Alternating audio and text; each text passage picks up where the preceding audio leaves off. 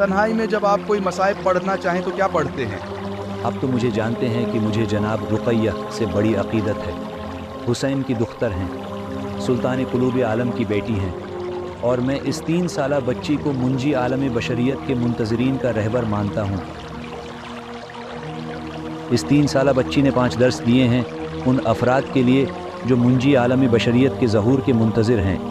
सबसे पहला दर्स ये है कि अगर कोई हकीकी मुंतज़िर बनना चाहता है, वली खुदा की आमद का मुंतज़िर बनना चाहता है, उसे चाहिए कि वो अपनी हस्ती को वली खुदा में फ़ना कर ले।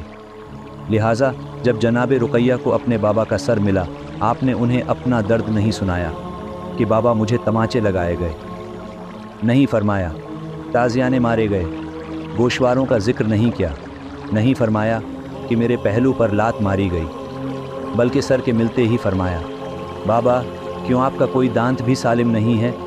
सर को देखते ही फरमाया, बाबा किसने आपकी गर्दन की रगें काटी हैं? सर को देखते ही फरमाया, आपके बाल कैसे जल गए हैं? आपसे तंदूर की बो क्यों आ रही है?